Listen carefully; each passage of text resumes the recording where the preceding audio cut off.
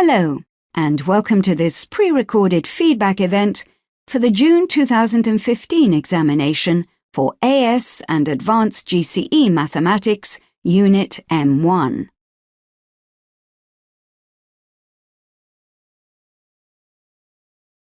To help you get the most from this feedback, you may like to have access to the following documents.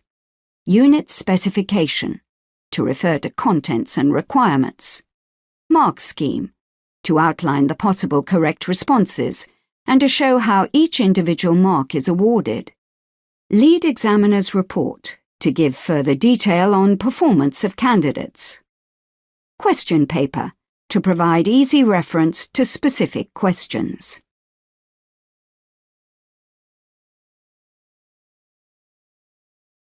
Here are the aims and objectives of this session. Delegates will have the opportunity to receive feedback on the national performance of candidates in Unit M1 of the June 2015 examination series. Consider the variation of candidates' performance on different questions and possible reasons why. Look at the lead examiner's report. Address common issues. This pre-recorded event looks at the current GCE specification and will not address the new GCE Mathematics specification for first teaching from September 2017.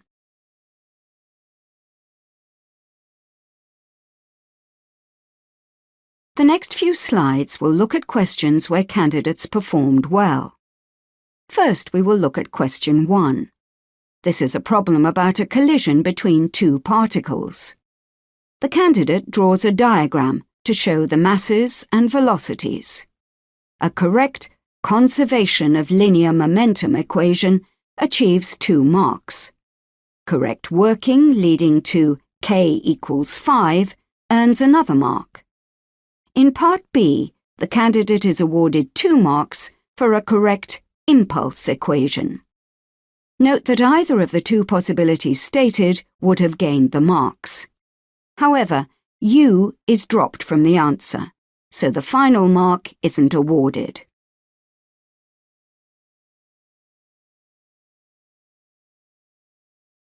Now we will look at another good response for question 1. Once again, the candidate draws a diagram.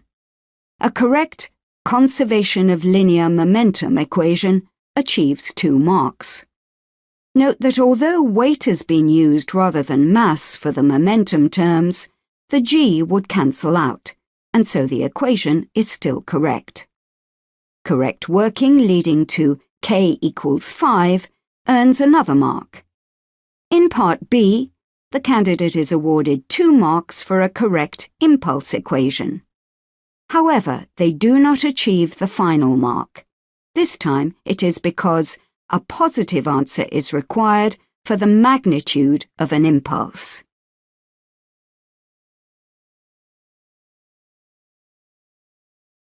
Now we will look at a response from a candidate who did less well on question 1. The equation has the correct number of momentum terms, but there are sign errors, so only 1 out of a possible 2 marks is awarded. The answer for k is wrong, and so another accuracy mark is not awarded. In Part B, a correct impulse equation gains 2 marks. However, the candidate does not achieve the final mark because m and u are dropped from the expression.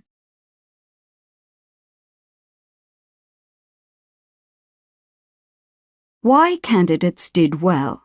Summary. Students tended to perform well on question 1. They drew clearly labelled diagrams. Performance could be improved by taking care with signs of terms, ensuring magnitude is always given as positive, not dropping m and u from terms unless they cancel out consistently. Impulse can be calculated for either particle, but it was advisable to use P in this case, since it did not depend on an answer from Part A.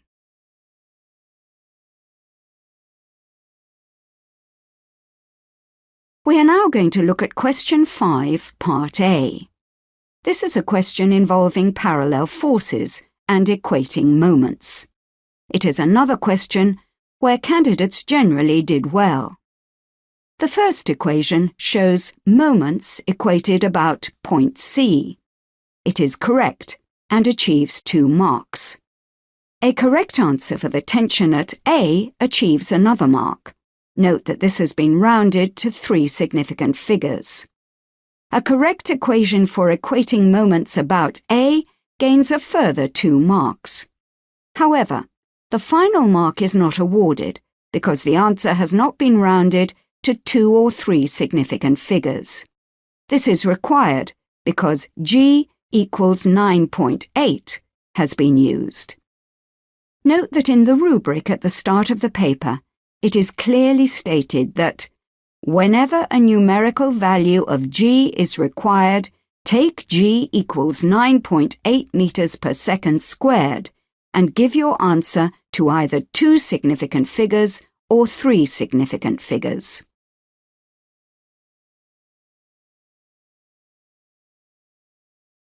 This is another good response for question 5, part A. The first equation shows moments equated about point B. It is correct and achieves 2 marks. The vertical resolution equation is also correct and earns 2 marks. A correct answer for the tension at A gains 1 mark. Note that either the rounded answer or the exact answer in terms of G is acceptable for this mark. However, the final mark is not awarded because the answer has neither been rounded to 2 or 3 significant figures, nor has it been given as an exact answer in terms of G.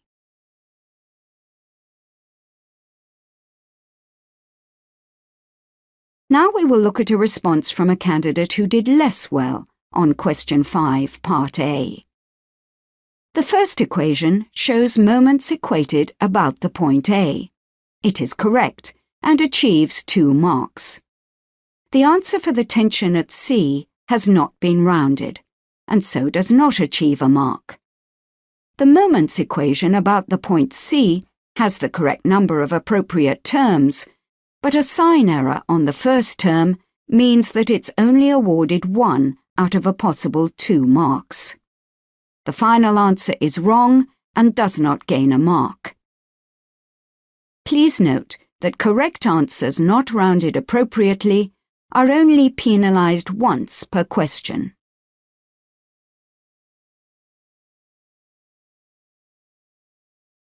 Why candidates did well. Summary. Students tended to perform well in question 5A. They completed a diagram to show all forces and distances. Most candidates showed an understanding of taking moments about a point and vertical resolution. Performance could be improved by taking care with signs of terms, rounding answers to 2 or 3 significant figures, or giving exact answers in terms of G, planning the solution to use the most efficient methods to find the required forces.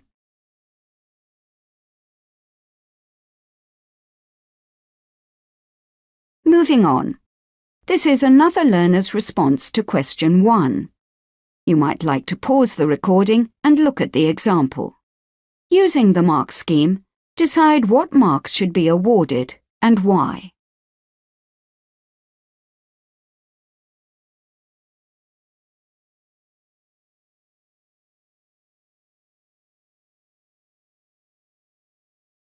This is the response with an explanation of how the marks were awarded. A correct momentum equation achieves 2 marks. An error in the working leads to an incorrect answer, so this mark is not awarded. A correct method for finding the impulse on Q using K gains both marks. Note that the accuracy mark for this equation is achieved for a correct equation using the value of K previously calculated, even though it is incorrect in this instance. No mark is awarded for the final incorrect answer. The candidate achieves 4 out of a possible 6 marks.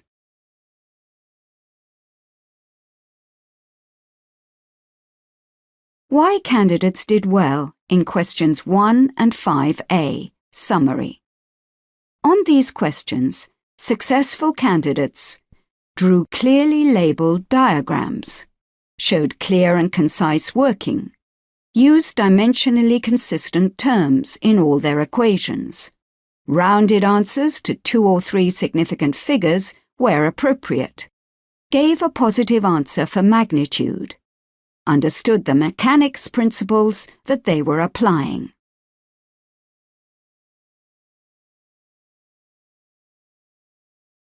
Why candidates didn't do as well in questions 1 and 5A. Summary. On these questions, less successful candidates made sign errors in their equations, made slips when solving their equations, did not round answers to 2 or 3 significant figures where appropriate, did not give magnitude as a positive value, did not always use the most efficient method, thereby increasing likelihood of errors.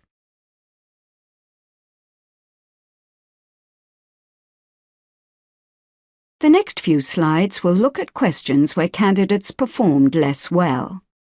First, we will look at question 4. This is a problem about a crate in a lift. There is no separate diagram to show the forces acting on the crate. The candidate seems to attempt an equation of motion for the whole system, but is missing a tension and including a reaction term. This loses the method mark, and so no marks are awarded. In Part B, another attempt at an equation of motion for the whole system now has all the relevant terms, and it is correct. It achieves 3 marks. However, the final answer is incorrect since a wrong value for the acceleration has been used. The final mark is not awarded.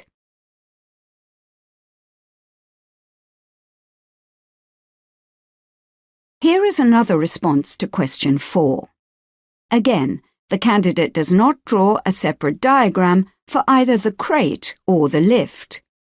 A correct equation of motion for the crate earns 2 marks, and a correct answer for the acceleration gains a further mark. In Part B, the candidate attempts a whole system equation, but includes a reaction term, and so achieves no further marks.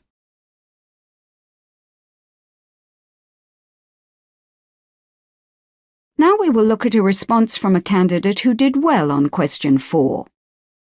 A correct equation of motion for the crate earns 2 marks. A correct answer for acceleration gains a further mark. In Part B, the equation of motion for the whole system gains 3 marks. Unfortunately, the answer has not been rounded to 2 or 3 significant figures, following the use of G equals 9.8. So the final mark is not awarded.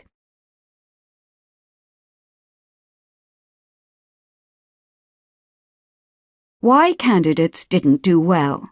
Summary. Students tended not to do so well on question 4. They sometimes lost method marks for either omitting a force or including an extra one in their equation of motion. Many candidates showed a lack of understanding of the external and internal forces acting on a system. They did not round their final answer appropriately. Performance could be improved by drawing separate diagrams for the whole system and just one component. Further practice at similar questions would be useful.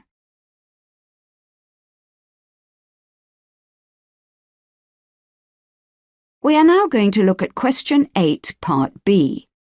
This question involves finding the resultant force exerted by a string on a pulley. It is another question where candidates generally did less well. The candidate is using the weights of the particles, rather than the tensions in the string, to find the resultant. They gain no marks.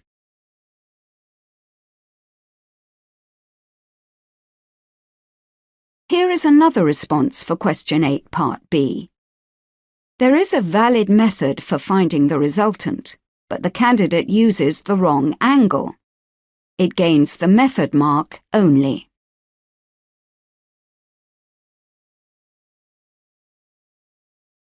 Now we will look at a response from a candidate who did well on Question 8, Part B. Please note that in Part A of this question, the candidate had calculated the tension as 9.15 newtons. The candidate uses a valid method for finding the resultant, and also uses the correct angle. This gains 2 marks.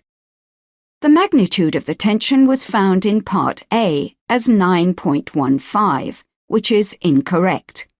However, the third accuracy mark is a follow-through mark, and it can be awarded. The final answer is wrong, so it does not achieve the final mark.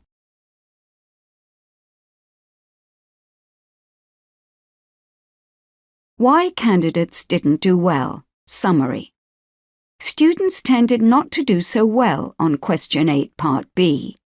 Some candidates tried to use the weights, rather than the tensions, to find the resultant force. Some did not use a valid method for finding the resultant, sometimes finding just a vertical or just a horizontal component. Many candidates showed a lack of understanding of how the forces acted on the pulley. Performance could be improved by further practice at similar questions.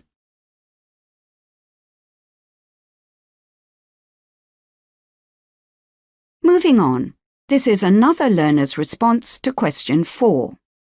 You might like to pause the recording and look at the example. Using the mark scheme, decide what marks should be awarded and why.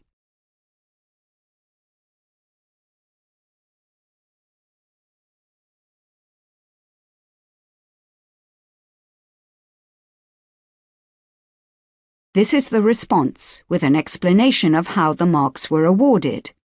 The first equation of motion for the whole system has an extra term and is missing the tension, and so no marks are awarded.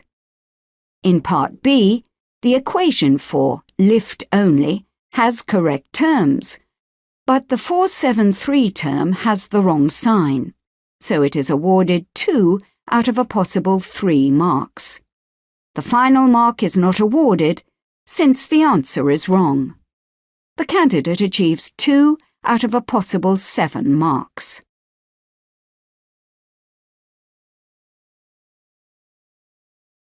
Why candidates did well in Question 4 and Question 8 Part B. Summary. On these questions, successful candidates showed an understanding of internal and external forces acting on a system, drew clearly labelled diagrams for each situation, showed clear, concise working, took care to use the correct signs for terms, rounded answers to 3 significant figures following the use of G equals 9.8.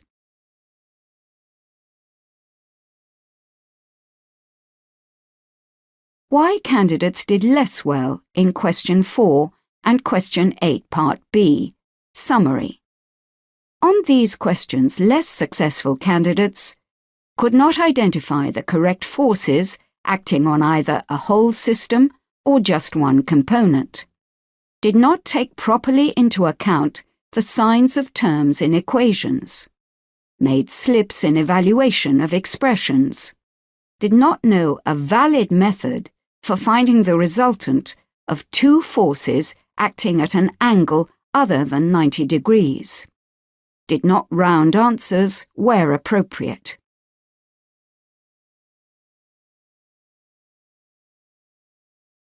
Common issues arising from the paper. Generally, candidates who used large and clearly labelled diagrams and those who employed clear, concise methods were the most successful.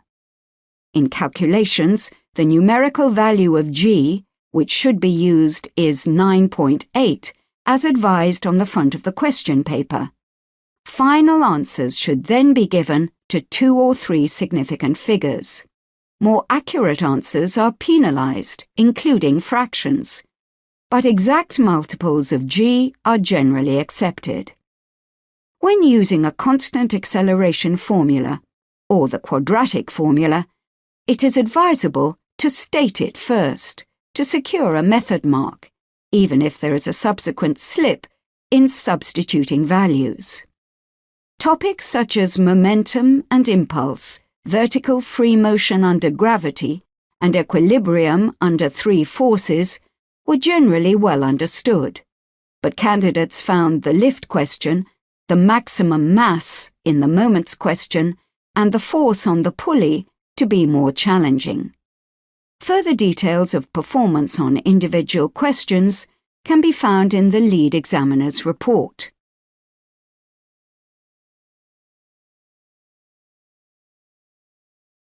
If you would like to know more about examination statistics, you may find these links of interest to you.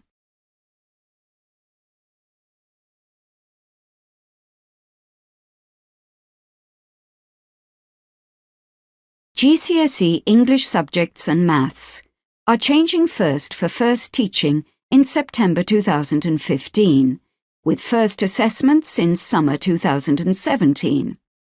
GCEs for a range of subjects are changing first for first teaching in September 2015, with first assessments in summer 2017. We have just published our specifications on the Edexcel website. They have been published early in draft form to enable teachers to have early sight of our proposed approach. We are also running a series of launch events too.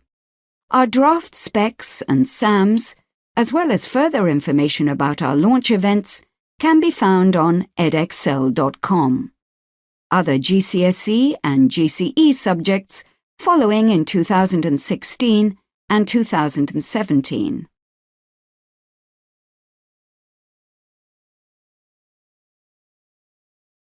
Thank you. We constantly look to improve the training we provide. Please let us know what you thought of the training by completing our online feedback form.